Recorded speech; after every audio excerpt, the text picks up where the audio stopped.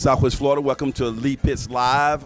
We are here as the media sponsor at the reception for the Haitian-American Coalition of Southwest Florida's ribbon cutting ceremony here at the Landmark building on Evans Avenue.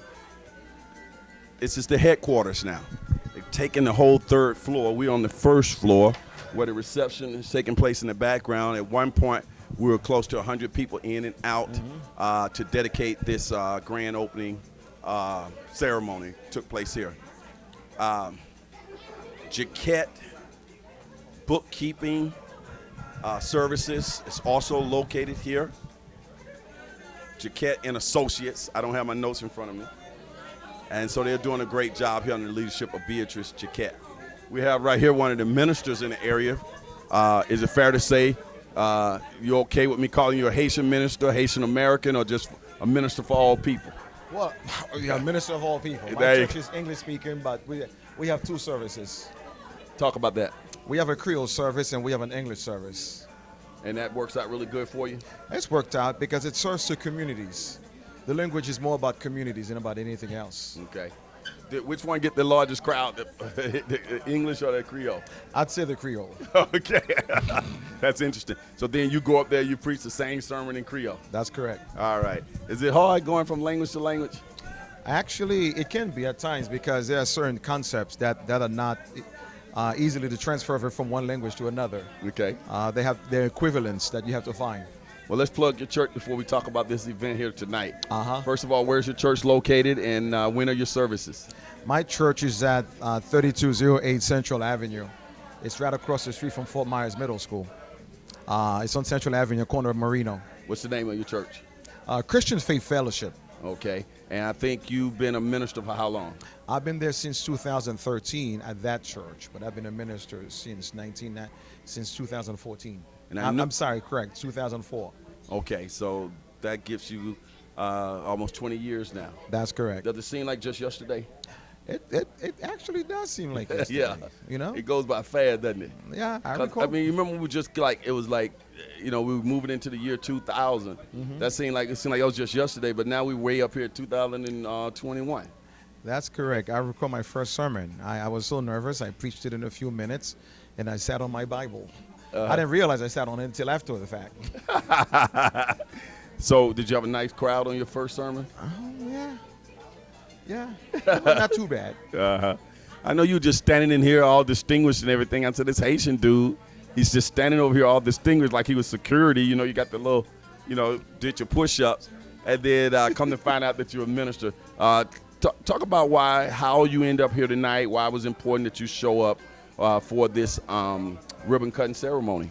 Well, I'd say Sister Beatrice has been a cornerstone in the community. She's been very engaged, and in fact, she has helped me connect with a number of people in the community. Myself, I remember we had a health fair at the church. Through Sister Beatrice, we had the senator's wife, Grace, was at the church also, and so therefore I can tell that we did a number of things. Because of that, I realized the importance of connecting with people in the community. And so when she reached out to me and said, I'm doing my opening, I said, I better be there.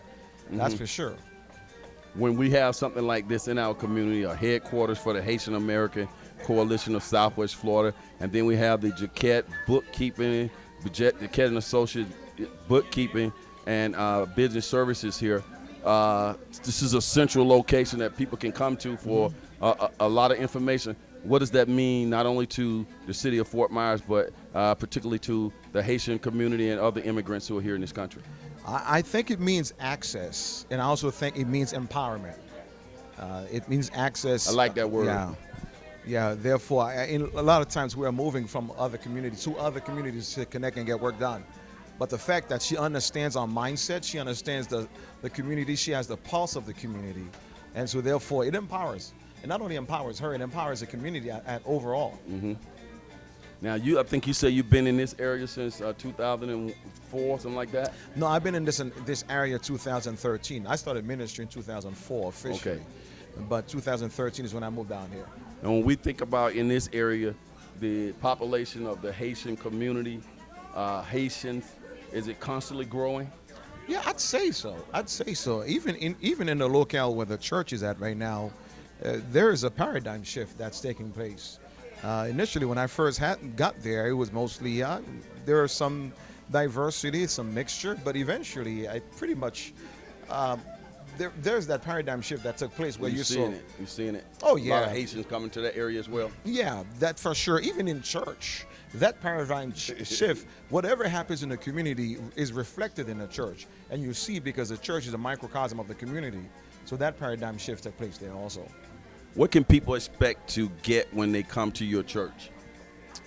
I absolutely believe that they position themselves to receive a message that is real, message that is relevant, and also relational, brings to relationship to Christ, and therefore, and I'm also very concerned about empowerment, empowering people to get a greater vision of what's going on, and to move forward.